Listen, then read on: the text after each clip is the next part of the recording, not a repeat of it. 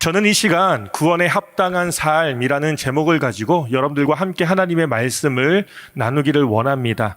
오늘 우리에게 주시는 하나님의 말씀은요, 제가 가지고 있는 신약 성경 377페이지에 있는 베드로전서 1장 10절에서부터 21절 말씀을 우리가 다 함께 찾으시고요.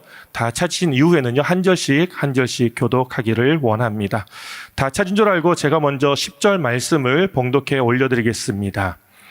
이 구원에 대하여는 너에게 임할 은혜를 예언하던 선지자들이 연구하고 부지런히 살펴서 자기 속에 계신 그리스도의 영이 그 받으실 고난과 후에 받으실 영광을 미리 증언하여 누구를 또는 어떠한 때를 지시하는지 상고하니라.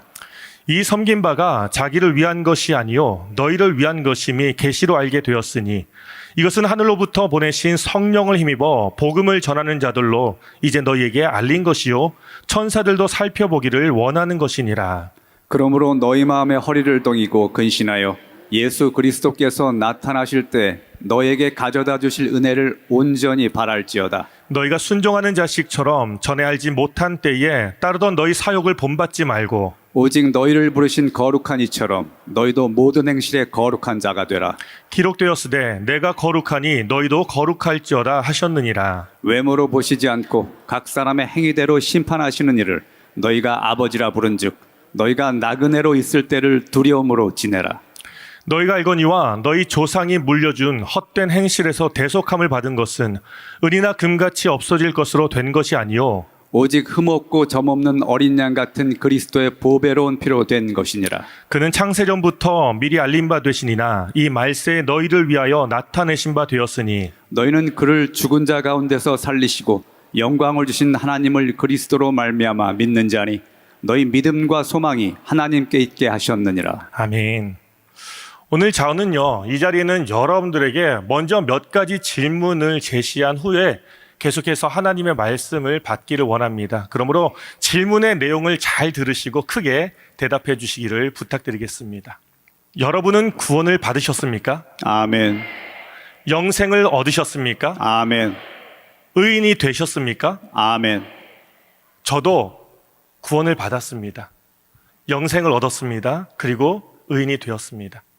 성경에는요, 이외에도 거듭났다, 죄사함을 받았다, 하나님의 자녀가 되었다라며 구원을 받았다라는 측면에서는 같은 의미지만 개인마다 조금씩 다르게 표현할 수 있다는 것을 발견하게 됩니다. 그러나 한 가지 분명한 것은요, 이러한 질문을 들을 때면 저를 포함한 이 자리에 있는 많은 사람들의 그 내면 깊은 곳에서부터 이미 하나님께서 주시는 그 감동, 그 감격을 느낄 수 있다는 것입니다. 제가 저를 포함한 모든 사람이 아니라 많은 사람들이라고 말할 때는요, 의도적인 이유가 여기 있습니다. 제가 목회를 하다 보니까요, 느꼈던 것 중에 하나가 무엇이냐면 어떤 사람들은 구원을 받았습니까? 영생을 얻었습니까? 라는 이 말을 너무나 많이 듣던 나머지 이미 식상해서 그럴까요? 더 이상 감흥이 되지 않더라고요. 또 어떤 사람은 구원받은 것은 교회 안에서는 괜찮지만 일상 속에서만큼은 불편하게 느끼는 것 또한 보게 되었기 때문입니다. 마치 베드로전서에 기록된 기독교인들처럼 말입니다. 여러분, 이 책이 기록될 당시 로마의 5번째 황제였던 네로의 핍박이 정말로 최고점에 도달했을 모습을 우리가 발견하게 됩니다. 한 예로 네로는 로마의 신도시를 만들기 위해서 화재를 일으켰는데 이 모든 화재의 책임을요, 기독교인들에게 전가하면서 그때로부터 가혹한 고문과 무고한 피가 이곳저곳에 뿌려지는 그 학살이 시작되었습니다. 그래서일까요? 어떤 역사가의 기록에 의하면요, 그때 당시 붙잡혔던 기독교인들에게 짐승의 털 가죽을 입혀서는 개나 또는 사자들로 하여금 찢겨져서 죽게 하였고요. 또 정원 한가운데에 나무를 두고 그 나무에 사람을 묶어놓고 기름을 발라서 화형시키면서요, 횃불 대신 그 타는 사람의 그 불로 인해서 그 정원을 밝혔었다라는 기록도 보게 됩니다. 그러다 보니 로마에 살았던 기독교인들은 한 사람, 두 사람씩 타국으로 도망하게 되었고요.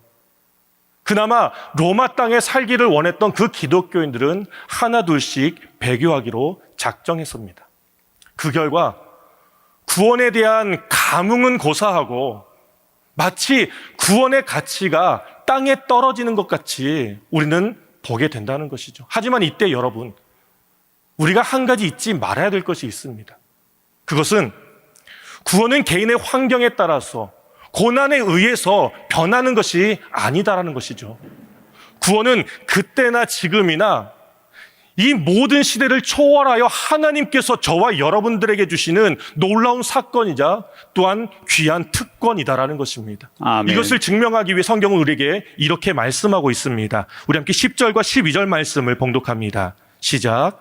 이 구원에 대하여는 너에게 임할 은혜를 예언하던 선지자들이 연구하고 부지런히 살펴서 자기 속에 계신 그리스도의 영이 그 받으실 고난과 후에 받으실 영광을 미리 증언하여 누구를 또는 어떠한 때를 지시하는지에 상고하니라. 이 섬긴 바가 자기를 위한 것이 아니요 너희를 위한 것임이 계시로 알게 되었으니 이것은 하늘로부터 보내신 성령을 힘입어 복음을 전하는 자들로 이제 너희에게 알린 것이요 천사들도 살펴보기를 원하는 것이니라. 아멘. 우리가 봉독한 이 긴 문장을 한마디로 요약하면요, 우리가 구원받은 것에 대해서 부러워하는 부류가 있다는 것이죠.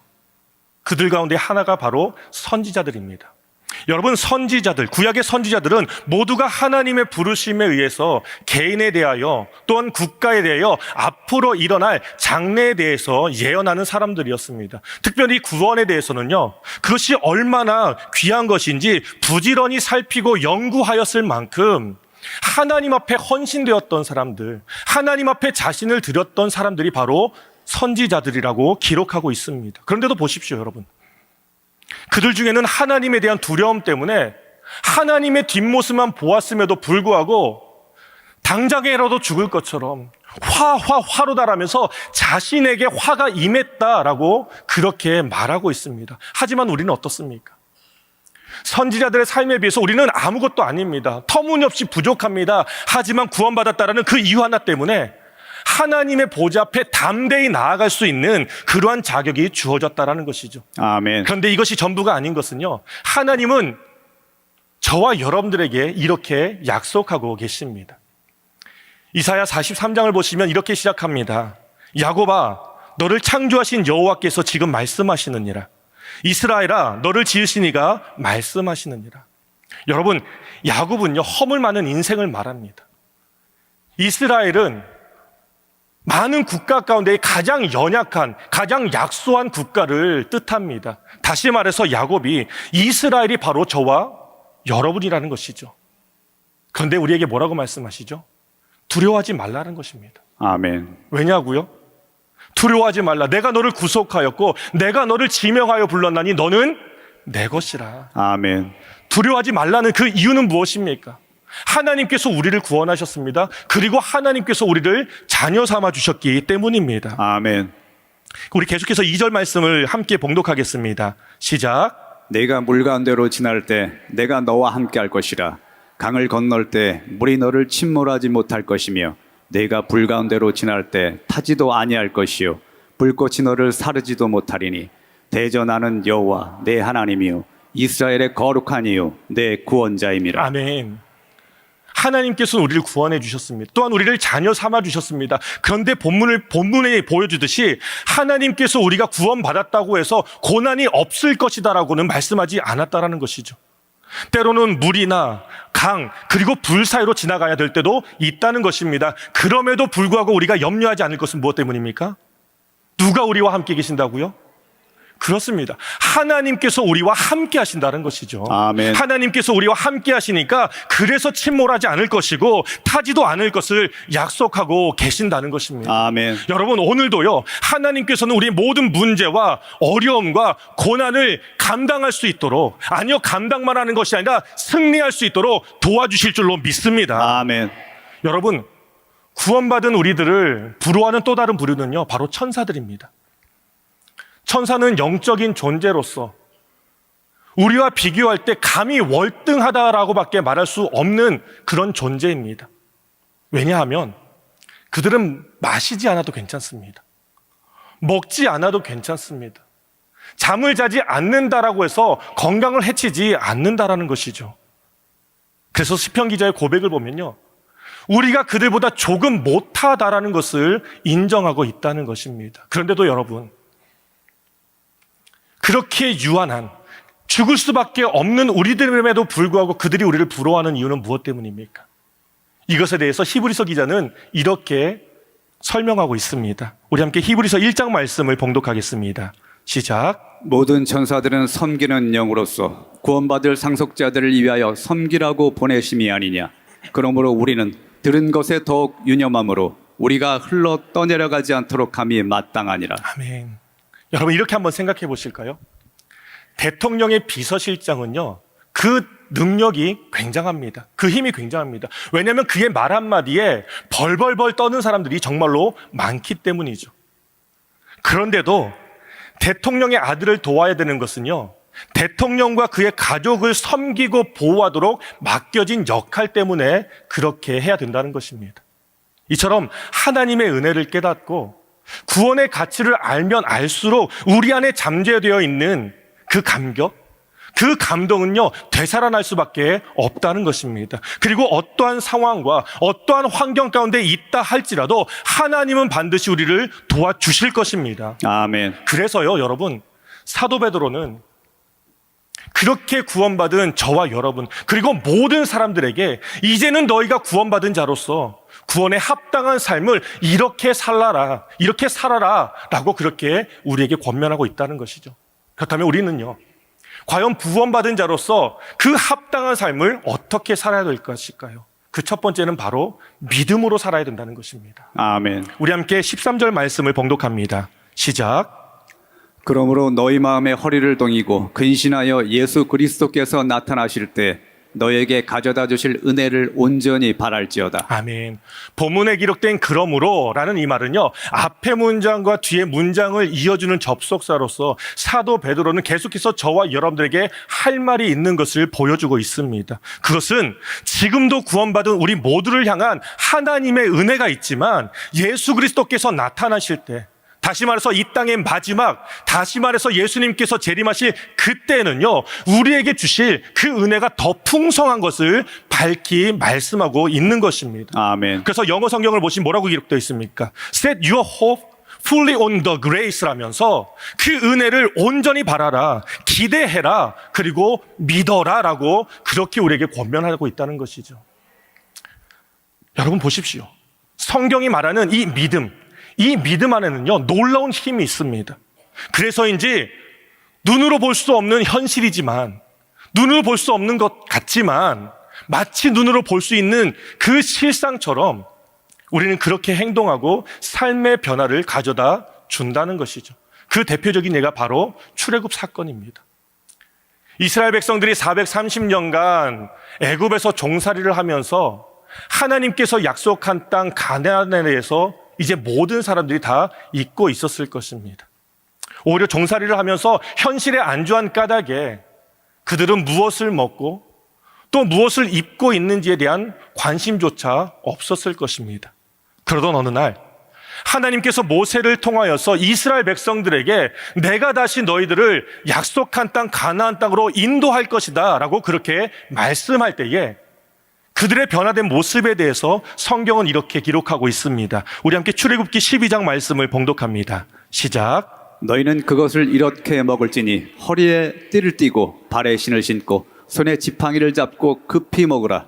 이것이 여호와의 유월절이니라. 아멘. 여러분, 이스라엘 백성들이 평상시에 입던 그 옷을요, 투니카라고 하는데 이것은요, 긴 천을 온몸에 칭칭 감아서 입는 그 모습을 말합니다. 그래서 일하거나 움직일 때마다 여러 면에서 불편했을 법합니다. 그런데도 이런 복장으로 지냈다는 것을 보아 그들이 대충 어떻게 살아왔는지 우리는 짐작할 수 있다는 것이죠. 습관을 따라서, 또 이미 안일한 그 상태로 말입니다. 그런데 출애굽 당시 그들이 어떻게 했다고요? 그 허리에 띠를 띠었다는 것을 보아서 우리는 그들은 가나안을 향한 이미 재정비된 상태를 보게 된다는 것입니다. 목적이 주어지니 다시 한번 결단하는 그들의 모습을 발견할 수 있다는 것이죠.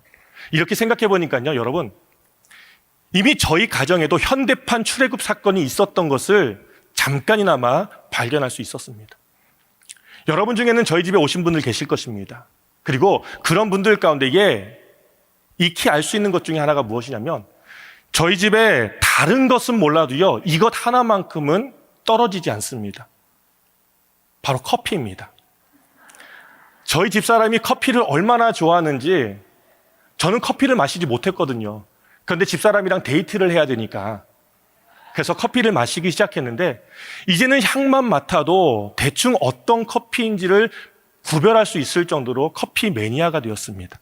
그런데 지금으로부터 18년 전에 놀라운 사건 하나가 일어나게 되었습니다.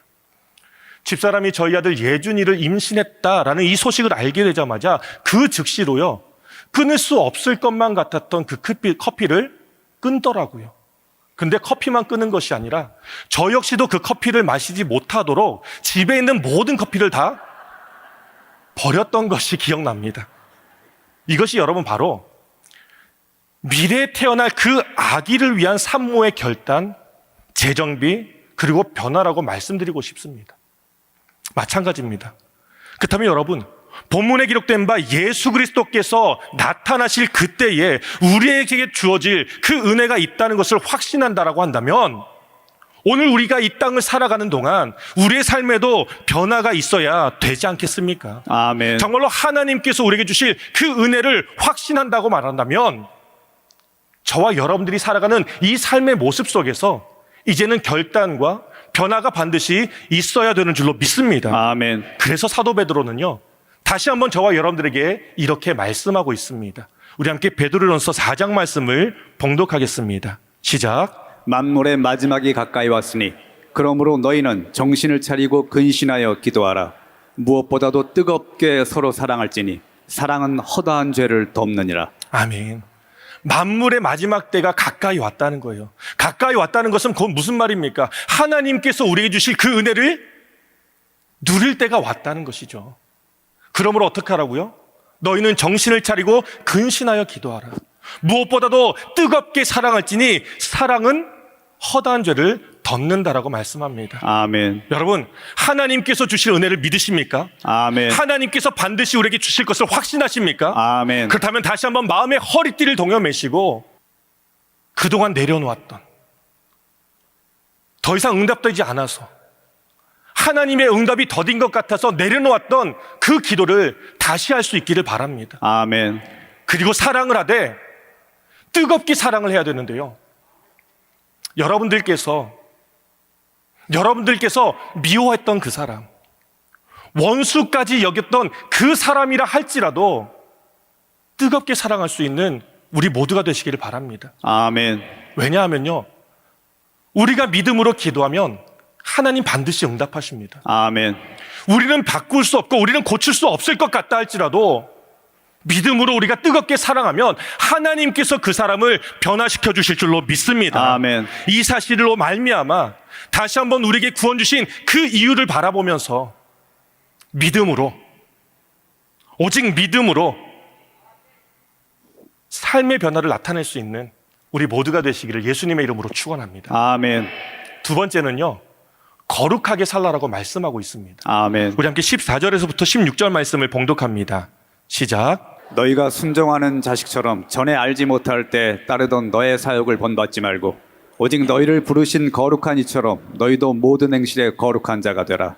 기록되었을 때 내가 거룩하니 너희도 거룩할지어다 하셨느니라. 아멘. 본문에서 말하는 거룩이란 15절에 기록된 것처럼 너희를 부르신 거룩한 이처럼 너희도 모든 행실에서 거룩한 자가 되라 라고 말씀하는 것처럼요, 거룩이란 하나님을 따라가는 삶, 하나님을 닮아가는 삶을 거룩이라고 말씀하고 있습니다. 아멘. 그런데 여기에 문제가 있습니다.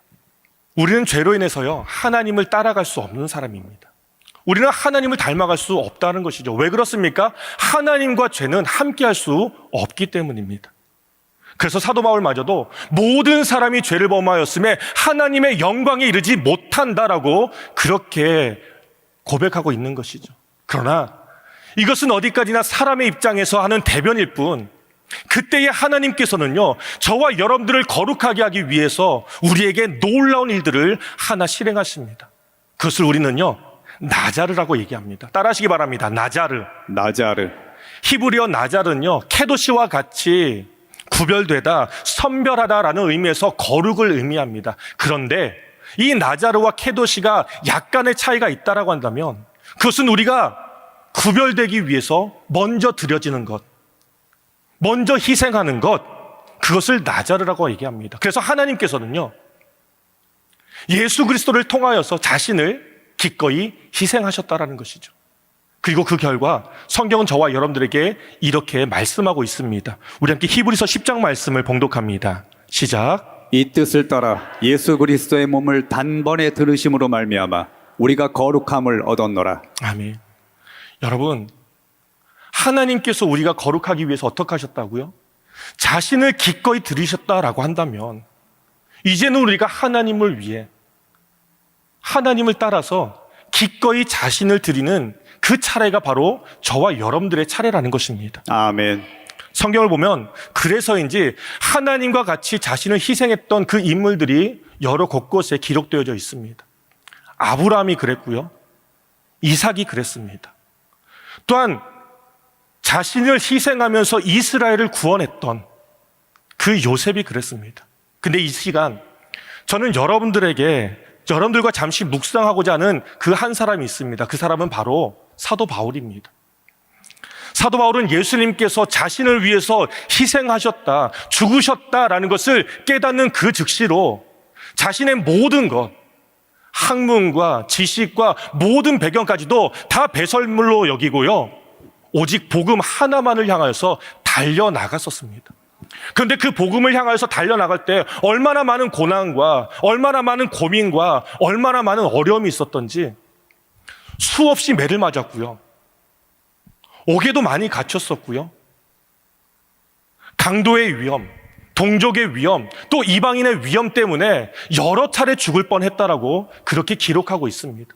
그런데도 불구하고 다시금 쉬지 않고 로마로 달려가고자 결단했던 그 이유는 무엇 때문일까요? 잠시 쉬어도 누구 하나 뭐라고 말할 사람 없을 것인데 다시금 그 죽음의 장소인 것을 알매도 불구하고 로마로 향하여 달려나갈 수 있었던 그 이유는 무엇 때문일까? 사도행전 20장을 통해서 사도 바울은 이렇게 고백하고 있습니다. 우리 함께 봉독하겠습니다. 시작. 내가 달려갈 길과 주 예수께 받은 사명 곧 하나님의 은혜의 복음을 증언하는 일을 마치려 함에는 나의 생명조차 조금도 귀한 것으로 여기지 아니하노라. 아멘. 여러분, 우리가 구원받을 수 있었던 것은요, 거저된 것이 아닙니다. 하나님의 결단과 예수 그리스도께서 십자가에 달려 죽기까지 희생이 있었기 때문에 우리는 구원받을 수 있었던 것이고요, 아멘. 놀라운 사건을 통하여서 하나님의 자녀가 될 수 있었다는 것입니다. 아멘. 그래서 그 사랑, 그 은혜를 깨달은 사도 바울은요, 이제는 그 복음을 향하여서 나의 생명조차 조금도 귀한 것으로 여기지 않겠다라면서 그렇게 결단하고 하나님의 영광을 위해서 달려갈 수 있었다는 것입니다. 아멘. 마찬가지입니다. 우리가 정말로 하나님의 거룩하심을 닮아가기를 원한다면요, 여러분, 우리에게는 결단이 있어야 합니다. 희생이 따라야만 합니다. 왜냐하면 우리의 결단과 희생이 있는 그 자리에 하나님의 영광이 나타날 것이고요, 희생과 결단이 있는 그 자리에 하나님의 복음의 역사가 임하게 될 줄로 믿습니다. 아멘. 그러므로 그 거룩하심을 먼저는 여러분들 가정 가운데서 실천할 수 있기를 바랍니다. 원수같이 여겨지는 그 남편에게 먼저 여러분이 거룩해 보십시오. 매일같이 속썩여서 속이 타게 하는 그 자녀를 위해서 여러분들이 한번 거룩해 보시기를 바랍니다. 교회 안에서만 아니라 일상에서 만나는 모든 사람들에게 여러분들이 결단하시고 희생하시고 거룩하기를 힘쓰는 그날에 하나님은 반드시 놀라운 구원의 역사를 허락해 주실 줄로 믿습니다. 아멘. 내가 거룩하니 너희도 거룩하라 라는 이 하나님의 말씀을 따라 이제 우리 모두가요, 거룩을 실천하여서 하나님의 살아계심을 증거할 수 있는 우리 모두가 되시기를 예수님의 이름으로 축원합니다. 아멘. 세 번째는요, 경외하라라고 우리에게 말씀하고 있습니다. 아멘. 우리 함께 17절 말씀을 봉독하겠습니다. 시작. 외모로 보시지 않고 각 사람의 행위대로 심판하시는 이를 너희가 아버지라 부른즉 너희가 나그네로 있을 때를 두려움으로 지내라. 너희가 알거니와 너희 조상이 물려준 헛된 행실에서 대속함을 받은 것은 은이나 금 같은 없어질 것으로 된 것이 아니요 오직 흠없고 점없는 어린 양 같은 그리스도의 보배로운 피로 된 것이니라. 아멘. 본문에서 외모란 두 가지 의미를 가지고 있는데요. 그 첫 번째는요, 남들에게 비춰지는 겉모습이라고 한다면, 두 번째는요, 내가 가지고 있는 자랑거리를 뜻한다고 합니다. 우리 옆에 분들 한번 보세요. 자랑할 만하죠? 아멘. 네. 이렇게 한번 인사할까요? 너무 아름다우십니다. 너무 아름다우십니다. 그만큼 세상은요, 내가 가지고 있는 것, 내가 보여줄 수 있는 그것을 가지고 판단한다라는 것이죠. 하지만 하나님 뭐라고요? 하나님은 외모를 보시지 않고 각 사람의 행위대로 심판하시는 분이다 라고 말씀하기 때문에 우리가 이 땅에 살아가는 동안 나그네와 같이 두려움으로 살으라 라고 우리에게 권면하고 있다는 것입니다. 왜 아멘. 그렇습니까? 여러분, 이 땅은 영원하지 않습니다. 아멘. 영원한 것은요, 하나님이 영원하십니다. 아멘. 우리의 영혼이 영원합니다. 그리고 아멘. 우리의 영혼이 거할 그 천국, 하나님의 나라가 영원한 줄로 믿습니다. 아멘. 근데 그곳은 누구만 갈 수 있습니까? 오직 그리스도의 보배로운 피로서만 들어갈 수 있다라고 우리에게 말씀하고 있습니다. 그러므로 이 땅에 살아가는 동안 길이요 진리요 생명 되신 예수 그리스도를 나의 주님, 나의 구원자로 영접하시기를 주님의 이름으로 축원합니다. 아멘. 한편 두려움으로 지내라는 이 말은요, 경외하다라는 이 말로써요, 어쩌면 이것은 하나님으로부터 자랑 삼는, 하나님께 자랑할 만한 사람이 되라, 하나님께 자랑할 만한 사람으로 살라라는 의미를 갖고 있다라고 말할 수 있습니다. 그래서 보니까요, 성경에는 하나님께서 자랑하는 몇몇 사람들이 기록된 것을 발견하게 됩니다. 그 첫 번째는 바로 다윗이죠. 하나님께서 다윗을 향해서 뭐라고 말씀하십니까? 이는 내 마음에 합한 자라고 말씀했던, 칭찬했던 모습을 우리는 기억할 것입니다. 그리고 또 한 사람이 있다고 한다면 바로 욥입니다. 여러분, 성경에서는 욥에 대해서 이렇게 기록하고 있습니다. 하루는 하나님 앞에 하나님의 사람들, 곧 천사들이 섰었고요. 그리고 그 가운데에 사단이 들어왔다라고 말합니다. 그러자 하나님께서 이렇게 말씀하셨습니다. 우리 함께 욥기 1장 8절 말씀을 봉독합니다. 시작. 여호와께서 사탄에게 이르시되 네가 내 종 욥을 주하여 보았느냐? 그와 같이 온전하고 정직하여 하나님을 경외하며 악에서 떠난 자는 세상에 없느니라. 아멘. 여러분, 하나님께서 사단을 딱 보내면서 이렇게 말씀하신 거예요. 내가 내 종 욥을 주위에서 봤느냐? 그와 같이 온전하고 정직하여 하나님을 경외하며 악에서 떠난 자는 세상에 없다. 여러분, 하나님께서 욥이 얼마나 자랑스러운지, 욥이 정말로 본인의 마음에 너무나도 합한 자인 것을 이 고백을 통해서 느껴지십니까? 예, 그렇죠. 이 고백만 보면 하나님께서 욥에 대한 그 사랑, 그 자랑하고 싶은 그 마음이 느껴진다라는 것입니다. 그래서일까? 사단은 이를 시기하듯이 욥이 하나님을 까닭없이 경외하는 것이 아니다라면서 오히려 반발합니다. 그러면서 하는 말이, 만약 그의 집과 그의 모든 소유를 빼앗게 된다면 틀림없이 욥은 하나님을 욕할 것이다라고 그렇게 호언장담합니다. 하지만 이때 하나님께서 어떻게 반응하시죠? 하나님은 욥을요, 자랑하는 것만 아니라 그를 믿었던 것 같습니다. 그에 대해 자신이 있었던 것 같습니다. 그래서 이렇게 고백하지 않습니까? 욥기 1장 12절을 보시면요, 여호와께서 사단에게 이르시되 내가 그의 소유물을 다 내 손에 맡기노라. 다만 그의 몸에는 내 손을 대지 말라. 사단이 곧 여호와 앞에서 물러가니라. 여러분, 그 후의 결과는 어땠습니까? 하나님께서 욥을 기대하셨던 대로 욥은 고난 중에 있었음에도, 욥은 힘들고 어려운 상황 가운데 있었음에도 모든 것을 다 잃고 사랑하는 자식마저 잃었음에도 불구하고 하나님 앞에서, 그리고 모든 사람들 앞에서 했던 그의 고백은 다음과 같습니다. 우리 함께 욥기 1장 21절 말씀을 봉독합니다. 시작. 이르되 내가 모태에서 알몸으로 나왔사온즉 또한 알몸이 그리로 돌아가올지라. 주신 이도 여호와이시요 거두신 이도 여호와오시오니 여호와 이름이 찬송을 받으실지니이다 하고, 이 모든 일에 욥이 범죄하지 아니하고 하나님을 향하여 원망하지 아니하니라. 아멘.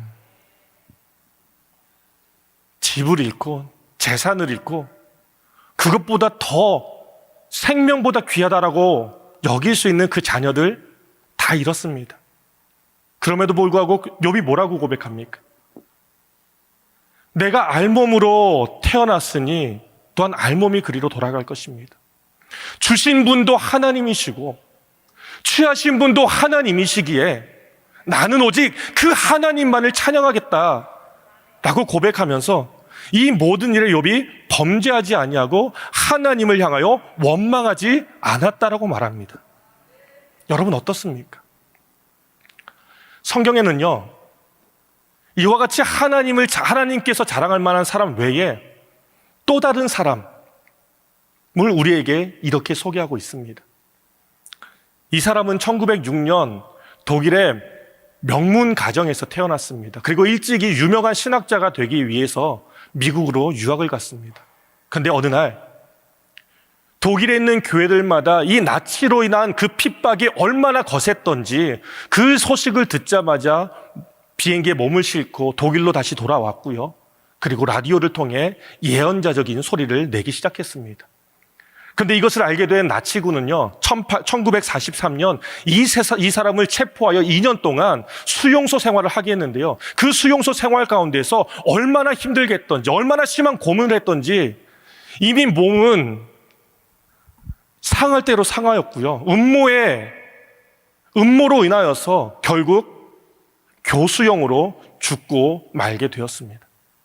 하지만 그가 남긴 그 옥중에서 남긴 그 옥중 서신은 여전히 우리의 마음을 뜨겁게 할 뿐만 아니라 그 옥중 서신을 바라볼 때 하나님께서 정말로 이 사람을 기뻐하셨겠다라는 생각을 할 수 있다는 것입니다. 그 옥중 서신에 기록된 내용을 잠시나마 여러분들에게 이렇게 소개하기를 원합니다. 주님의 선하신 권능에 쌓여 신실하신 주님의 팔에 고요히 둘러싸인 보호와 위로 놀라워라. 오늘도 나는 억새처럼 함께 살며 활짝 열린 가슴으로 새로운 해에 맞으렵니다. 지나간 날들 우리 마음 괴롭히며 악한 날들 무거운 짐 되어 누를지라도 주여 간절하게 구하는 영혼에 이미 예비하신 구원을 주소서. 스디쓴 무거운 고난의 잔 넘치도록 채워서 주실지라도 당신의 선하신 사랑의 손에서 두려움 없이 감사하며 그 잔을 받으렵니다. 여러분, 이 사람 누구입니까? 여러분들이 잘 아는 독일의 유명한 신학자이자 목회자로 섬겼던 바로 보네퍼 목사님입니다. 물론 이 한 사람 때문에 나치군이 한순간에 무너지지는 않았을 것입니다. 하지만 여러분, 보네퍼 목사님 한 사람 때문에 하나님께서 그 땅에 살아가는 모든 사람들의 마음을 하나가 되게 하셨고요. 그리고 결국 그 나치군의 모든 세력을 패망하게 하셨다라는 것입니다. 그리고 독일을 여전히 강대한 기독교 국가로 세워주셨다라는 것이죠. 마찬가지입니다. 하나님께서 오늘 이 땅에 찾는 한 사람이 있다라고 한다면 그 사람은 바로 구원받은 사람으로서 어떠한 상황, 어떠한 환경, 어떠한 문제와 고난 앞에서라도 여전히 하나님 때문에 기뻐하고 믿음으로 결단하며 하나님께서 주신 그 사명을 따라 거룩함으로 나아가는 그 한 사람을 하나님은 찾으실 줄로 믿습니다. 아멘. 왜냐하면 여러분, 한 사람에게 얼마나 큰 영향력이 있는지 그 한 사람이 있는 그 가정에는요, 회복이 임할 것이고요. 그 한 사람이 있는 이 교회에는요, 부흥이 임할 것이고요. 또 아무리 이 세상이 멸망할 것만 같고 망할 것만 같다 할지라도 그 한 사람이 있는 그 자리에 하나님께서 놀라운 소망을 주실 줄로 믿습니다. 아멘. 그러므로 바라옵건대 그 한 사람이 바로 저와 여러분이 되시기를 예수님의 이름으로 축원합니다. 아멘. 그래서 저와 여러분 때문에 다시 한번 이 땅의 회복과 부흥과 하나님의 놀라운 구원의 역사가 이루어지기를 예수님의 이름으로 축원합니다. 아멘. 그리고 그 하나님께 큰 기쁨과 하나님의 마음을 흡족하게 만들 수 있는 저와 여러분 모두가 되시기를 예수님의 이름으로 축원합니다. 아멘. 주님의 영광교회 예배 장소와 시간을 알려드리겠습니다. 주일 예배와 금요 예배는 글로리 비전 센터에서, 수요일에는 호프 센터에서 예배를 드리고 있으며, 장소는 1801 사우스 그랜드 애비뉴, 워싱턴과 그랜드가 만나는 코너에 위치하고 있습니다. 주일 예배는 1부 8시에 전통 예배로 드려지고 있으며 2부 예배는 10시 30분에 영광 예배로, 20대와 30대 청년들의 젊음 예배가 오후 1시에 3부 예배로 드리게 되며, 한편 영어권 EM 예배는 오후 1시에 호프센터 2층 하이웨이에서 예배가 있습니다.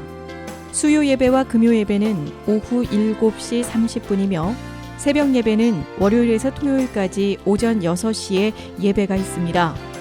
주님의 영광교회 전화번호는 213-749-4500번입니다. 그리고 저희 웹사이트 주소는 www.gcjc.org로 들어가셔서 교회에 대한 자세한 소식과 주일 설교 및 라이브 예배 실황을 보실 수 있으며, 온라인 헌금을 하시기 원하시는 분은 교회 웹사이트에서 하실 수 있습니다. 지금까지 주님의 영광교회 설교 말씀에 참여하신 여러분 감사합니다.